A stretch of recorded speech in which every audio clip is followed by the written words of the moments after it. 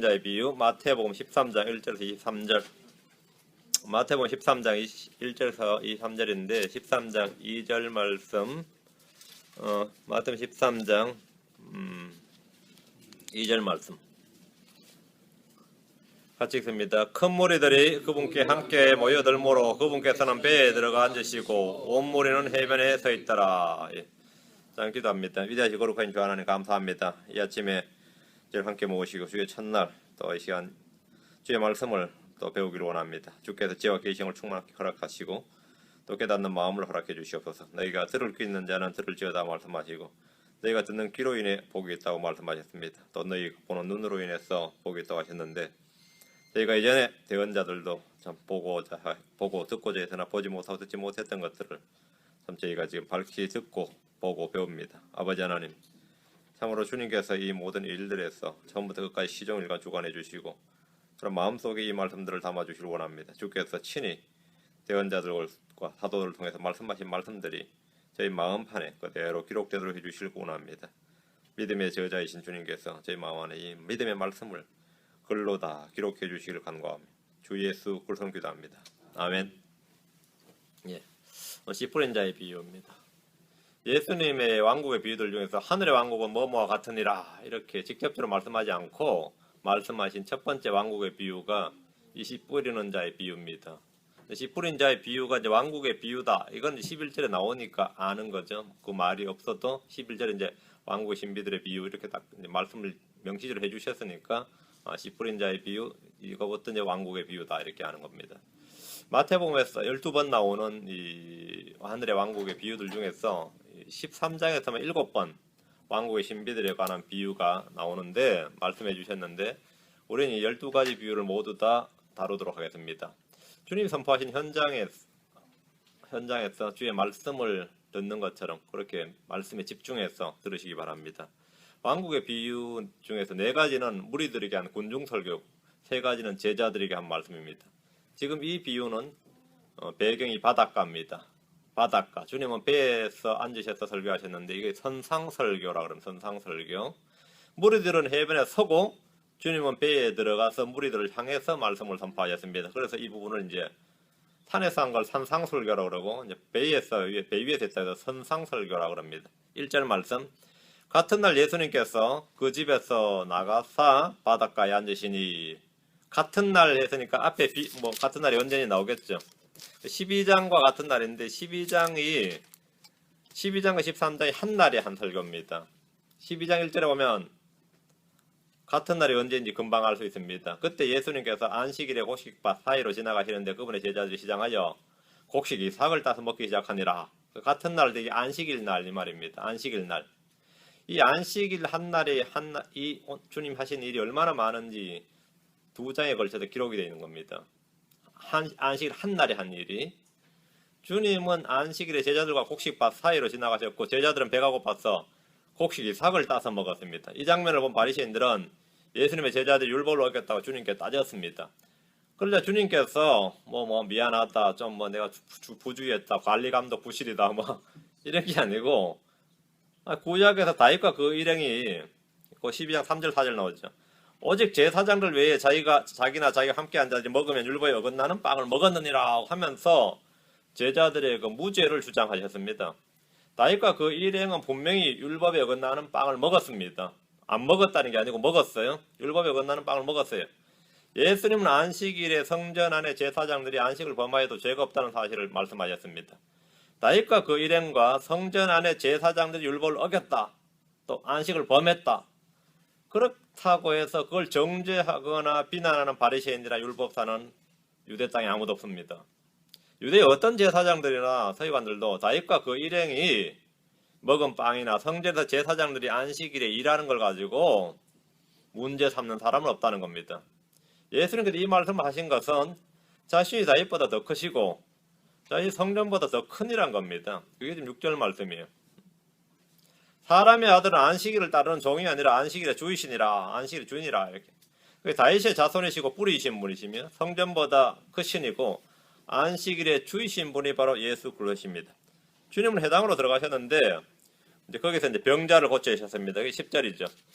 지금이 언제입니까? 지금이 병자를 고치신 그날이 안식일이다 말이죠. 장소는 해당입니다. 주님은 바리새인들이 보는 앞에서 병자를 고치심으로 안식일에 잘 행하는 것이 맞다는 사실을 다시 한번 확인해 주었습니다. 주님에게 안식일은 쉬는 날이 아니라 선을 행하는 날이고 일하시는 날이었습니다.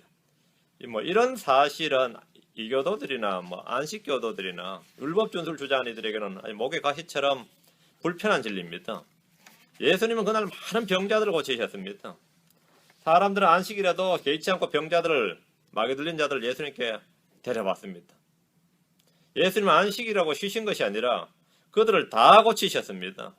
그런데 백성들이 반응을 보이는데 그게 뭡니까? 이분은 다윗의 자손이 아니시냐 이렇게 놀라워했고, 그 장면을 본 바리새인들은 안식일에 막 일을 고치니까 뭐래요? 마귀들의 통치자 바알세불을 심지 않고서는 마귀들을 내쫓지 못하느니라 이렇게 말했습니다. 이제 똑같은 사건을 보고 이제 반응이 정반대로 나온 거죠. 한쪽으로는 이분은 분명히 다윗의 자손이다. 한쪽은 이 사람은 마귀 들린 자다. 이렇게. 왜? 율법을 어기면서 지금 일하니까 이건 완전히 속임수다. 마귀 들린 자다. 이래 된 거죠. 그때 주님이 하신 유명한 말씀이 있습니다. 그게 31절, 32절. 마태복음 12장 31절, 32절. 그러므로 내가 너에게 이르노니 온갖 종류의 죄와 신성모독은 사람들이 용서받되 성령님을 대적하여 신성모독하는 것은 사람들이 용서받지 못하고, 또 누구든지 말로 사람의 아들을 대적하면 그는 용서받되 누구든지 말로 성령님을 대적하면 이 세상에서나 오는 세상에서나 그는 용서받지 못하리라. 아주 유명한 말씀을 하셨어요. 이게 소위 말하는 성령모독죄, 신성모독이죠. 용서받지 못하는 죄 해서 unpardonable sin 이런 거죠. 주님은 성령을 힘입어서 행하시는 일들을 보이시면서 그걸 본 사람들이 주님을 마귀 들린 자로 하는 그런 자들, 그 바리새인을 향해서 성령님을 대적하여 신성모독하는 자, 용서받지 못하는 죄라고 말씀하셨습니다. 그들이 그런 말을 하는 것은 마음에 가득한 것이 이보에서 나온 것임을 확정한 겁니다. 그들이 주님 앞에서 한 말들은 모두 심판날에 그것에 대해 회개복을 하게 될 것이라고 하셨고, 내 말들로 내가 의롭게 되면 내 말들로 내가 정죄받으리라 이렇게 경고를 하셨습니다.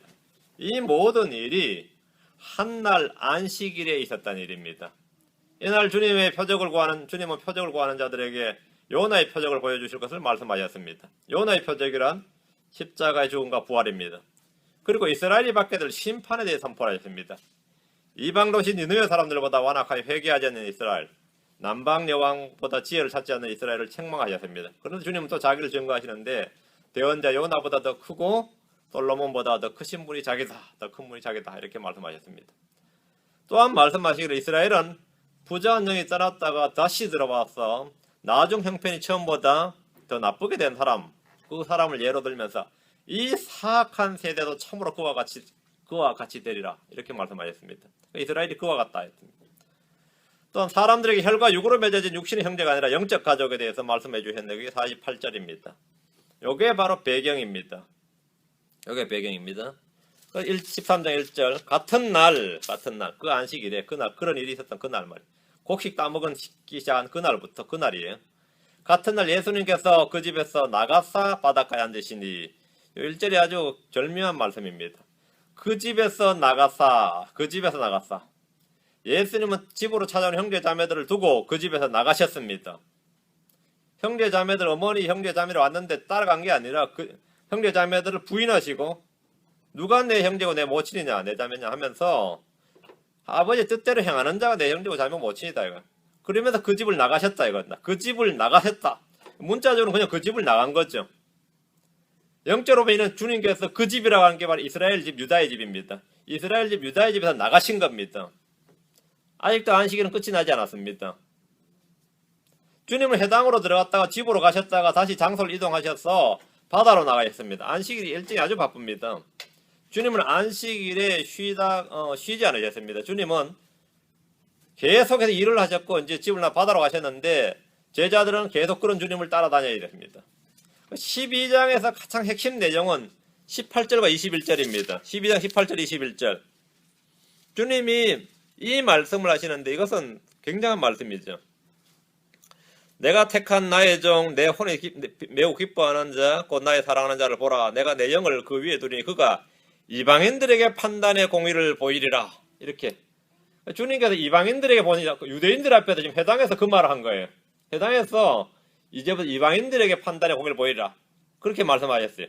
21절 이방인들이 그의 이름을 신뢰하리라 하셨느니라. 주님께서 지금 유대 해당해서 이방인들이 이제는 나를 믿어. 너희는 어떠냐? 너희는 지금까지 말한 대로 그 요나의 표적이나 시바 여왕의 이야기도 전부 다 이방인들에 관한 거고 너희는 그렇지 않다는 거죠. 너희는 심판을 받고 너희는 사악한 세대다 이거예요. 그리고 그건 자기 모친과 형제자매들 왔을 때도 아니다 이거죠. 이거 주님께서 엄청난 지금 말씀을 하신 거죠. 주님께서는 대언자 요나의 말씀을 듣고 회개한 니느웨 백성이나 솔로몬의 지혜를 듣기 위해서 찾아온 남방 여왕은 모두 이방인이었다. 마찬가지로 요나보다 크신 예수님, 솔로몬보다 크신 분을 신뢰할 자들은 이방인들이다. 이렇게 유대인들 앞에서 말씀을 해주었습니다. 그 13장의 내용은 이런 배경을 바탕으로 하고 있음을 먼저 알고 이제 본문을 읽어야 됩니다. 2절 큰 무리들이 그분께로 함께 모여들므로 그분께서는 배에 들어가 앉으시고 온 무리는 해변에 서 있더라. 주님은 바다에서 자연을 벗삼아 낚시를 즐기거나 해지는 저녁 노을을 바라보면서 바닷바람을 맞고 계신 것이 아닙니다. 큰 무리들이 그분께로 모여들었습니다. 안식일이지만 주님은 이들은 주님이 계신 곳이 어디든지 천리도 멀다 하지 않고 찾아올 그런 사람들입니다. 주님은 그들에게 안식일에 쉬지 않고 말이에요. 안식일이 도대체 뭐한 짓이냐? 무슨 짓이냐? 이렇게 책망한 것이 아닙니다.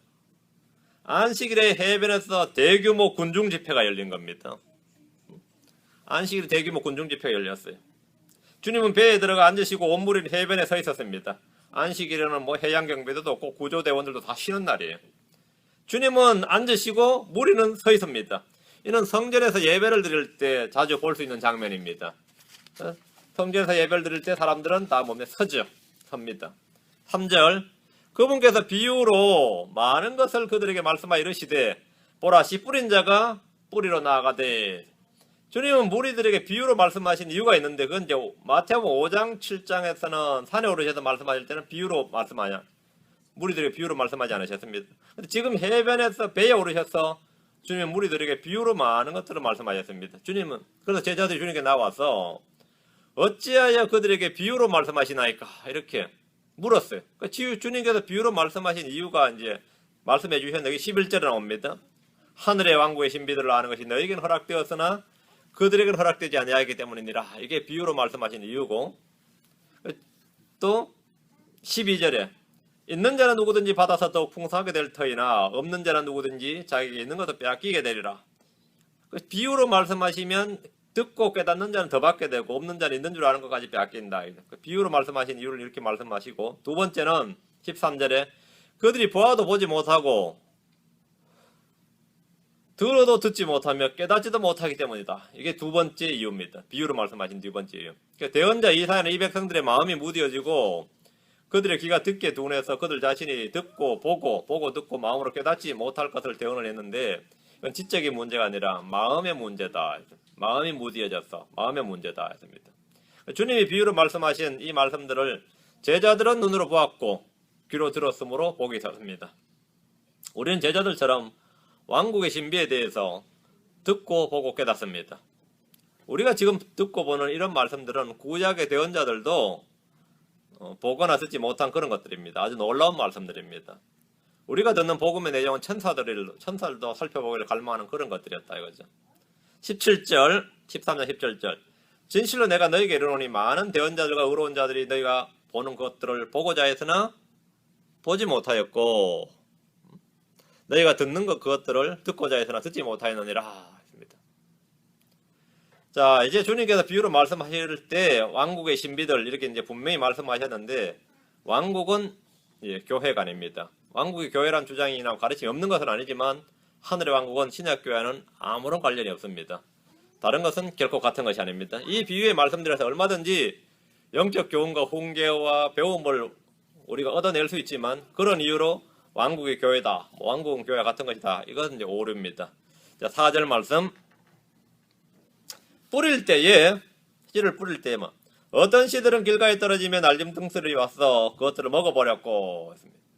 씨 뿌리는 자가 씨를 뿌리러 나아가 뿌릴 때 어떤 씨들은 길가에 떨어지며 날짐승들이 와서 그걸 먹어버렸다 하죠. 성경에서 공중의 새들이나 날짐승들이 신자들을 비유하는 것이 아닙니다. 본문에서 날짐승들이란 새는 마귀들을 일컫는 말입니다. 32절에서도 공중의 새들이 와서 그것의 가지들에 깃들이느니라 했는데 공중의 새들 하면 역시 마귀들, 사탄을 가리키는 말입니다. 주님께서 어떤 동물들을 예를 들 때는 언제나 그 동물들이 가진 그 지닌 속성을 가지고 말씀하십니다. 동물들의 그 속성을 가지고 말씀하시는데 씨 뿌리는 자가 뿌린 씨앗을 먹어버린 새들을 좋게 해석할 수는 없습니다. 그런데 어떻게 되는지 몰라도 저도 이 한국의 교회들은 이 새들을 다 좋게 해석을 해요. 그 나뭇가지가 기독교계가 되고 거기 새들이 깃드는 그래서 새들이 쉼을 얻고 거기서 뭐 이렇게 휴식을 취한다 이런 식으로 제가 속해 있던 선교단체에서도 늘 그렇게 해석을 했어요. 그걸 늘 그렇게 해석하고 그런 좋은 뜻으로 그러니까 새는 마귀들이다, 새는 마귀 새끼들이다 이러면 그거는 뭐 그쪽에서는 뭐 누룩이 복음이라고 하는 판국이니까 뭐 사실은 씨도 안 먹히는 이야기였어요. 씨 뿌리는 자가 뿌린 씨앗을 먹어버린 새들을 좋게 해석한다. 좀 안 되죠. 우리 주님께서 새들을 언급할 때 여우도 굴이 있고 공중의 새도 보금자리가 있으되 사람의 아들은 머리 둘 곳이 없도다 이렇게 하면서 여우나 공중의 새도 있다 이거 뭐가 있다 이거 뭐 보금자리가 있다 이거 이런 이 여우나 공중의 새 이게 좋은 뜻이 절대 아니단 말이죠. 주님은 헤롯을 여우라 그랬죠. 포도원을 망치는 포도원을 망치는 동물을 그걸 뭐 작은 여우라 그랬죠. 작은 여우를 잡으라 이렇게. 좋은 뜻이 아니에요. 공중의 새들이 누구인지는 계시록 18장 2절에 보면 큰 바빌론이 무너졌다면서 큰 바빌론을 말할 때 그녀가 마귀들의 처소가 되고 모든 더러운 영의 요새가 되며 모든 부정하고 가정한 새들의 집이 되었도다 그랬습니다. 새들의 집이다. 마귀들과 더러운 영을 언급하면서 모든 부정하고 가정한 새들 이렇게 말씀하셨습니다. 주님의 이 비유는 농부가 아니어도 누구나 알아듣는 데는 뭐 아무런 문제 없습니다. 아주 쉬운 말씀입니다. 씨를 뿌려 나갔는데 씨가 길가에 떨어졌다. 떨어질 수 있죠. 얼마든지. 5절 6절 들은 흙이 많지 않은 돌밭에 떨어지며 흙이 깊지 아니하므로 곧 싹을 내나 해가 돋은 뒤에 타서 뿌리가 없으므로 시들어버렸고 했습니다. 씨 뿌리는 자는 한 분 주님이십니다. 씨를 주시는 분도 하나님이십니다. 뿌려진 씨앗은 모두 같습니다. 뿌리는 자도 같고 씨앗도 같아요. 다른 것은 뭐냐면 씨가 떨어진 장소입니다. 어떤 씨는 길가에 떨어졌고 더러는 흙이 많지 않은 돌밭에 떨어졌습니다. 씨의 성장은 떨어진 장소와 밀접한 관련이 있습니다. 어디에 떨어지는가? 이것은 가장 중요합니다. 돌밭에 떨어진 씨는 싹을 내지만 해가 돋은 뒤에 뿌리가 없으므로 시들어버렸습니다. 7절 더러는 가시나무들 사이에 떨어지며 가시나무들이 돋아나서 그것들을 숨막히게 하였느니라. 어떤 씨앗은 가시나무들 사이에 떨어져서 가시나무들이 돋아나서 숨이 막혔다. 이것도 뭐 농부가 아니어도 쉽게 이해할 수 있는 내용입니다. 가시나무들 사이에서는 당연히 씨앗이 자랄 수가 없습니다. 가시와 엉겅퀴는 저주를 받은 땅에 저절로 내는 나무들로서 그 생명력이 이루 말로 닿을 수 없이 큽니다. 어떤 농부도 일부러 길가나 돌밭이나 가시들 나무 사이에 씨를 뿌리지 않습니다. 본문을 보면 씨들이 어디에 떨어졌다 이렇게 말합니다. 엉뚱한 데 떨어진 씨앗들이 어떻게 되는가를 말하는 겁니다. 제대로 자라나서 열매를 맺는 씨들이 없습니다. 새들이 먹거나 해가 나서 말라버리거나 숨이 막혀버린단 말이죠. 8절 그러나 다른 것은 좋은 땅 속에 떨어지면 얼마는 100배, 얼마는 60배, 얼마는 30배 열매를 내었느니라. 좋은 땅 속에 떨어진 씨앗은 씨마다 열매를 맺습니다. 얼마는 100배, 얼마는 60배, 얼마는 30배. 엄청난 양입니다. 지금 비유에서 가장 중요한 점은 씨 뿌리는 자나 씨가 아니라 씨가 떨어진 장소, 즉 밭의 문제를 다루고 있습니다. 밭의 중요성은 농부가 아니어도 누구나 다 알고 있습니다. 이런 이유로 많은 이들이 환경의 중요성을 강조합니다. 같은 씨라도 뭐 강북에서 자라면 탱자가 되고 강남에서 자라면 귤이 된다 그러잖아요. 같은 씨라도. 우리말에도 뭐 맹모 삼천지교 그러죠. 왜 그래요? 교육 환경을 바꿔줘야 된다. 부모 역할을 늘 하는 말이죠. 근데 주님은 지금 교육 환경이나 주거 환경이나 직업 환경을 말씀하신 것이 아닙니다.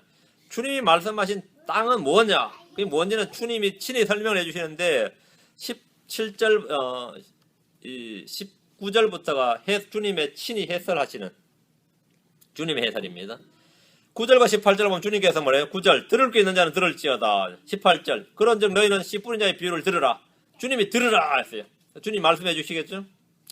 주님께서는 들을지어다 들으라 이렇게 하셨는데 친히 말씀을 해주신다. 말도 안 하고 들으라고 할 수는 없는 겁니다. 말씀하시니까 들으라는 명령이 있는 겁니다. 모두 귀를 기울여서 주의 말씀을 한번 들어보십시다. 19절부터 23절은 3절부터 8절까지 주님께서 하신 비유를 주님이 친히 강해하신, 설명하신 장면입니다. 그렇죠? 그런 말씀을 하신 분께서 직접 설명을 하셨으니까 저자직강이죠. 예, 저자직강입니다. 성경을 주신 분께서 성경을 해석해 주십니다. 성경의 저자는 지금도 살아계시며 우리에게 말씀하시는 하나님입니다. 19절 똑같은 내용인데 이제 설명입니다. 어떤 사람이 왕국의 말씀을 듣고 씨앗이 말씀이네요. 그것을 깨닫지 못할 때에는 그 사악한 자가 와서 그의 마음속에 뿌려진 것을 채어가나니 이 사람은 곧 길가의 씨를 받은 자니라. 4절 말씀에 대한 해석입니다. 길가에 떨어진 씨앗에서 길가는 장소가 아니라 왕국의 말씀을 듣고 깨닫지 못한 어떤 사람입니다. 길가가 뭐라고요? 장소가 아니라 사람이다 이거죠. 주님의 해설에 따르면 주님은 일반적인 평미한 비유로 말씀을 하시고 그 말씀의 비유를 설명을 해주셨습니다. 길가는 이런 마음밭이다 뭐 그런 게 아니라 길가는 어떤 사람이다 이거죠. 어떤 사람이다. 길가는 왕국의 말씀을 듣고 깨닫지 못하는 사람이 길가다 이렇게 말씀. 공중의 새들은 뭐죠?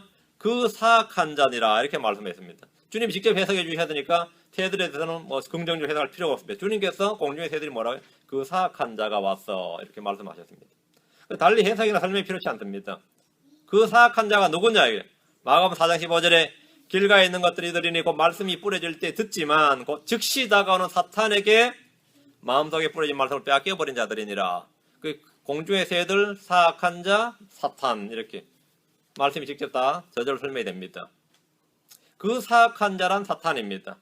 말씀을 듣고 그것을 깨닫지 못할 때는 공중의 날짐승들, 사악한 자, 사탄이 와서 그 말씀을 빼앗아가 버립니다. 여러분은 수없이 이런 체험을 했을 겁니다. 우리는 어떤 때 길가에 씨를 받은 자처럼 주의 말씀을 듣고 깨닫지 못합니다. 저는 성경을 배울 때나 가르칠 때나 수없이 이런 사람들을 봤습니다. 저 자신도 이런 경험이 있습니다. 수년 동안 수십 번 이상 가르친 내용인데 계속해서 자기가 했던 말만 반복하는 분들을 한두 번 본 게 아닙니다. 분명 그 해결된 줄 알았는데 몇 년 뒤에 또 그 이야기를 해요. 똑같은 이야기를 해요. 제가 지금도 기억하는 게 그래요. 이스라엘이 왜 4대 400년간 이집트에서 고난을 당했느냐. 그러니까 주님의 약속이고 이집트에서 이제 왕국을 형성하고 그 이제 이야기를 쭉 창세기를 이야기하는데 그분 말씀인즉 이제 아브라함이 제사를 지낼 때 새들을 쪼개지 않았다. 이렇게 새들은 반을 가르지 않아서 잘못해서 징계를 받은 것이다. 이렇게 말하더라고요. 참 독특한 해석이네 하고 말았어요. 그런 건 아니다 하고 이제 쭉 이야기를 해줬어요.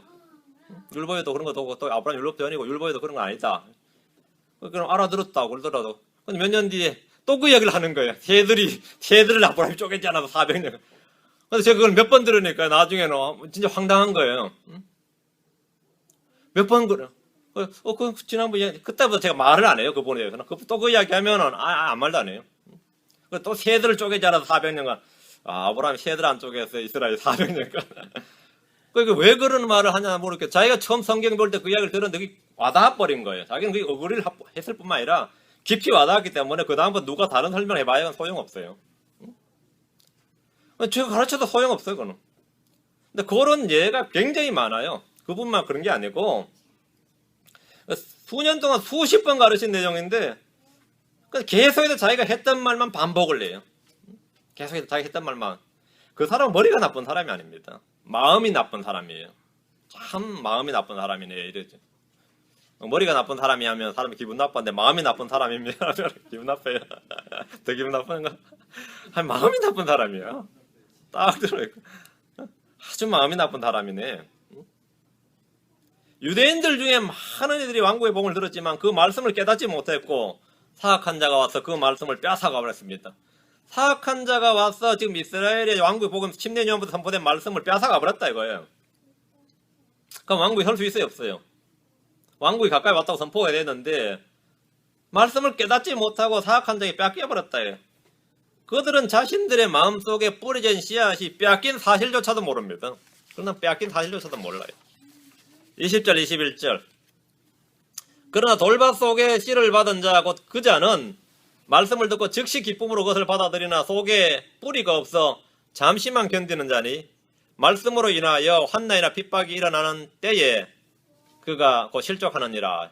5절과 6절의 설명입니다. 5절 6절 설명이죠. 흙이 많지 않은 돌밭에 떨어진 씨의 의미는 돌밭 속에 씨를 받은 자, 이것도 사람입니다. 핵심은 환경이 아니라 마음입니다. 주님은 지금 사람에 대해서 말씀하고 계십니다. 길가는 들으나 깨닫지 못하는 사람이고 돌밭은 말씀을 듣고 즉시 기쁨으로 받았는데 속에 뿌리가 없는 사람들을 말합니다.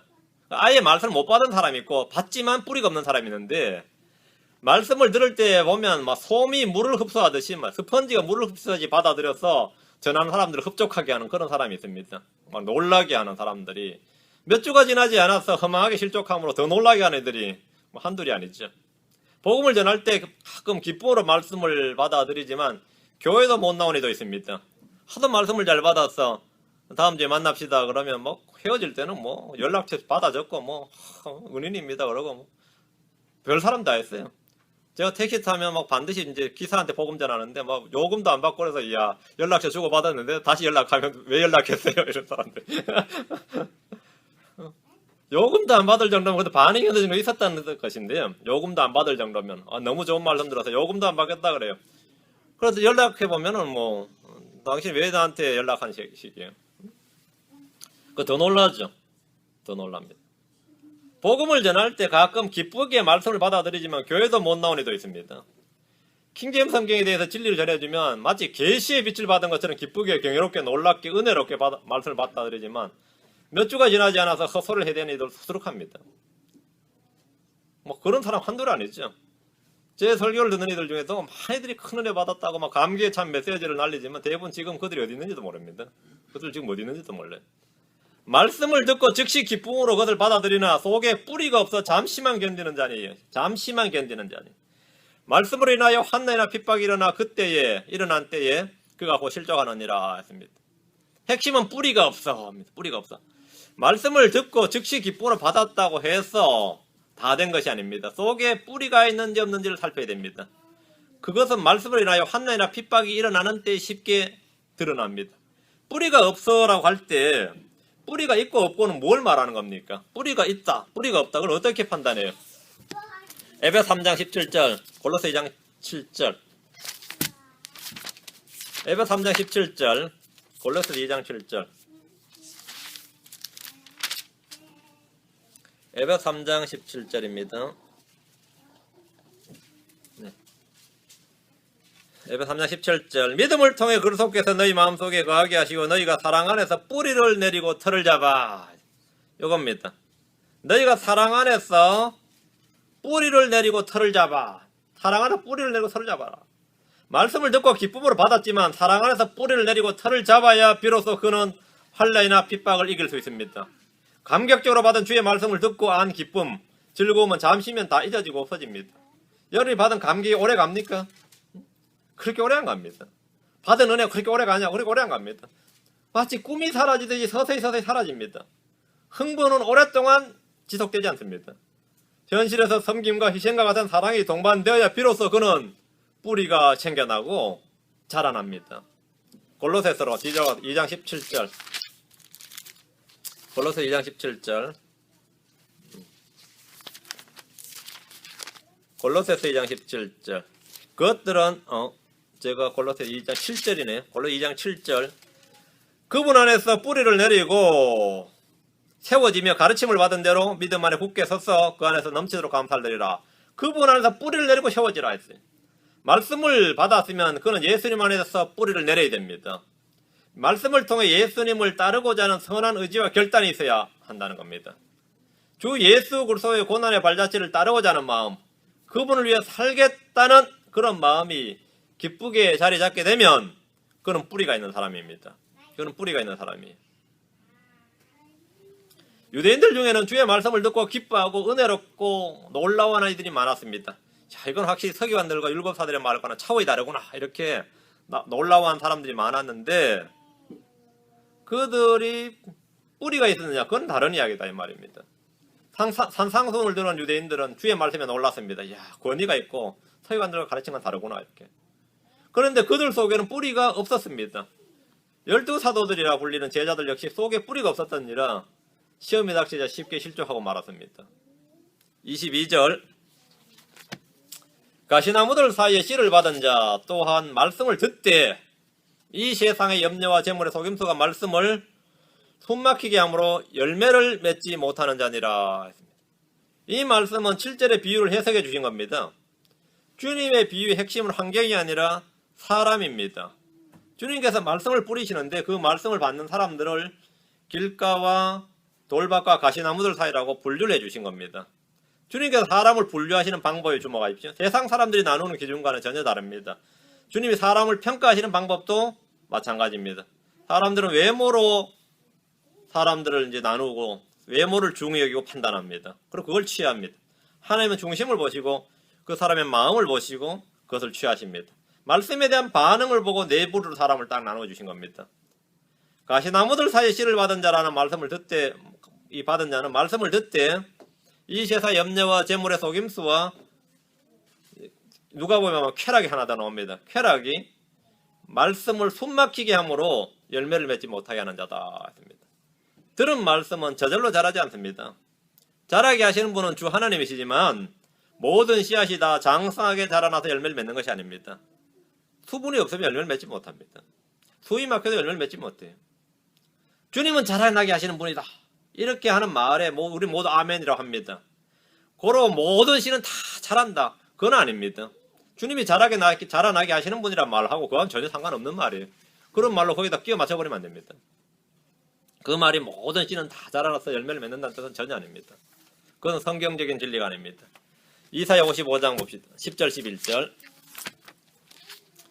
우리는 어떤 성경 구절을 말이죠, 자기 주장하기 위한 어떤 구절을 툭툭 이제 달라 맞추길 좋아하는데, 그것은 뭐 진리도 아니고 아무것도 아닙니다. 이사야 55장 10절 11절. 비와 눈이 하늘에서 내려와 거기로 되돌아가지 않고 땅을 적시었어 땅이 열매를 맺게 하고 싹을 내게 하여 씨 뿌린 자에게 씨를 주고 먹는 자에게 빵을 주게 하는 것 같이 내 입에서 나아가는 내 말도 그리하여 그것이 헛되이 내게로 되돌아오지 아니하고 내가 기뻐하는 것을 이루며 내가 그 말을 보내 이루게 하려는 일에서 형통하리니. 아멘이죠. 주님께서 하신 말씀 헛되이 돌아오지 않는다. 그럼 먹어버린 씨앗은 어떻게 돼요? 새가 먹어버린 씨앗도 헛되이 안 돌아와요? 이 말씀은 전혀 그런 이야기가 아니란 말이죠.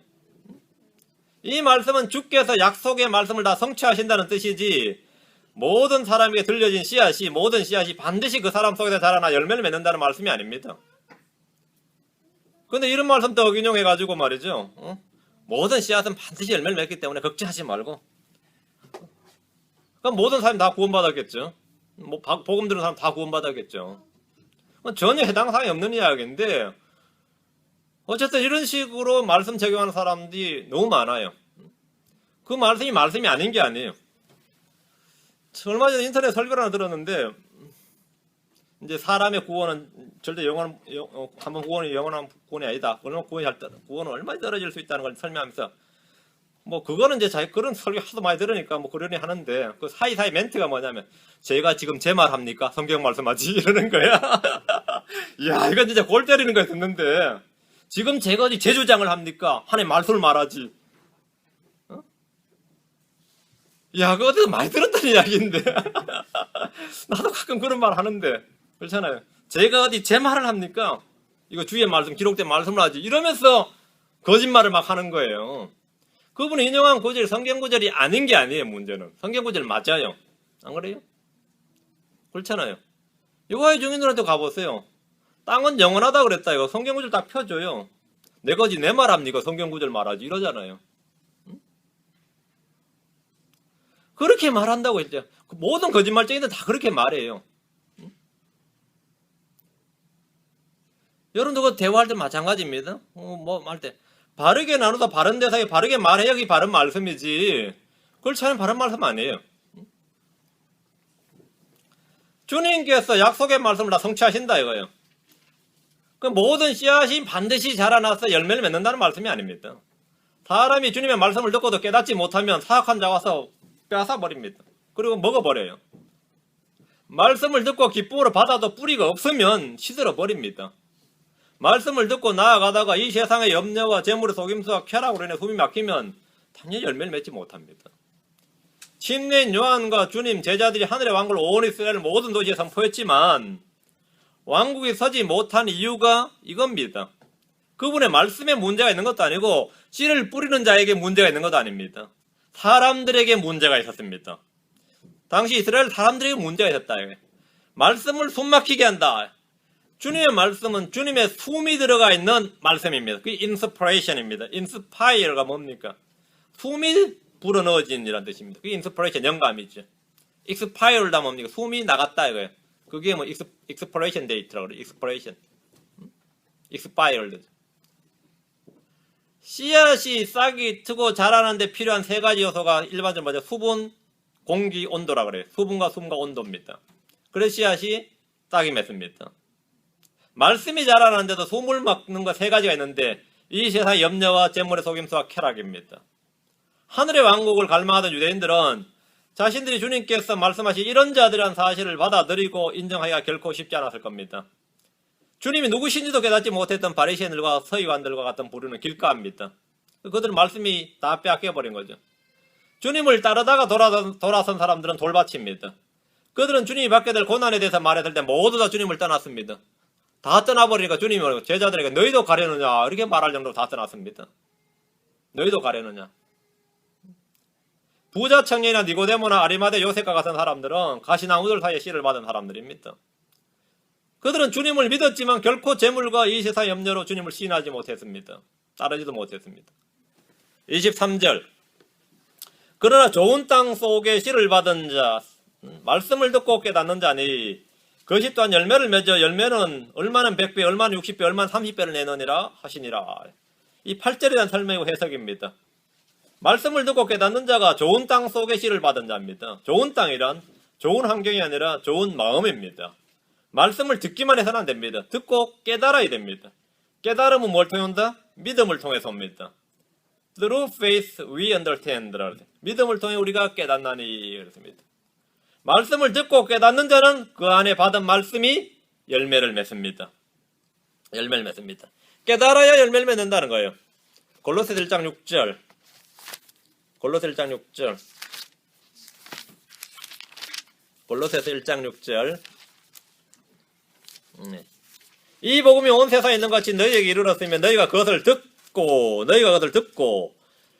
진리 안에서 하나님의 은혜를 안 그날부터 너희 안에서 열매를 맺는 것 같이 열매를 맺는도다. 알아야 열매를 맺습니다. 깨닫고 열매를 맺습니다. 듣고 깨닫는 자. 듣고 안 그날부터 열매를 맺는다. 듣고 깨닫는 자들은 많게는 100배, 적어도 30배의 열매를 맺습니다. 엄청난 양이 아닐 수가 없습니다. 여러분들 중에 나는 오랫동안 교회를 다녔고 열심히 성경을 공부하는데 왜 열매가 없을까? 고민하는 분들에게 성경은 간단히 답합니다. 좋은 땅 속에 씨를 받지 않았기 때문입니다. 내가 어떤 땅인지 살펴봐야 됩니다. 좋은 땅 속에 씨를 받지 않으면 아무리 기쁘게 말씀을 받아도 열매를 내지 못합니다. 자, 그럼 이 비유가 하늘의 왕국의 신비와 무슨 관련이 있습니까? 지금 씨 뿌린 자의 비유를 주님이 쭉 하셨는데 이 하늘의 왕국의 신비와 무슨 관련이 있다는 거예요? 주님은 왕국의 신비에 대해서 말씀해 주셨는데 씨 뿌리는 자의 비유와 왕국은 어떤 관련이 있느냐 이거예요. 왕으로 오신 분께서 왕국의 말씀에 씨를 뿌리셨고 이스라엘 온 땅에 뿌리셨어요. 이스라엘 모든 사람들이 뿌리셨어요. 이스라엘 사람들은 그 씨를 어떻게 받았는지를 지금 말씀해 주신 겁니다. 이스라엘 사람 지금 이 왕국의 복을 어떻게 받아들였는가 말이에요. 왕국의 말씀을 좋은 땅 속에 받아서 열매를 맺는 자가 거의 없었습니다. 이스라엘은 가까이 왔던 왕국이 어떻게 되었는지 주님의 말씀을 통해서 현실을 정확히 직시해야 됩니다. 복음을 듣고 주님을 믿는 자들은 이런 사실을 정확히 깨닫고 알 수 있습니다. 왕국은 그들 속에 정착되지 못해요. 왕국의 왕국이 현실적 땅에 서고 안 서고는 나중 문제고 선포된 왕국의 복음이 그들 속에 받아들여졌느냐? 아니다 이 말입니다. 그게 지금 첫 번째 비유입니다. 왕국의 신비와 첫 번째 비유입니다. 너희들이 선포된 왕국의 신비, 왕국의 복음, 이 말씀은 온 이스라엘 때는 뿌려졌습니다. 제자를 통해 주님 다 뿌리셨어요. 그러나 받아들여졌느냐? 열매를 맺느냐? 못 맺는다 이 말이에요. 열매를 맺느냐? 못 맺는다 이 말입니다. 열매를 맺지 못하니까 왕국이 서느냐? 못 섰죠 당연히. 그게 왕국의 신비, 하늘의 왕국의 신비에서 주님께서 그 당시 가까이 왔다는 하늘의 왕국이 그때에 서지 못했던 이유입니다. 오늘 여기까지 하고 다음 시간에 계속 왕국의 신비들이 계속해서 비유가 나오니까 계속 말씀을 살펴보도록 하겠습니다.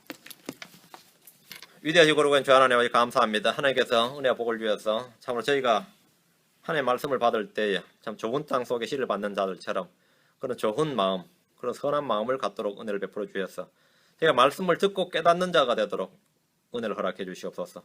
듣고 흘려보내는 자가 되지 않도록 하시고 또 완악한 마음으로 말씀을 배척하는 자가 되지 않도록 해주시길 원합니다. 주의 말씀 선한 마음으로 받아서 믿음과 결합해서 적게는 30배 또 60배 많게는 100배의 열매를 다 맺게 해주시기를 간구합니다.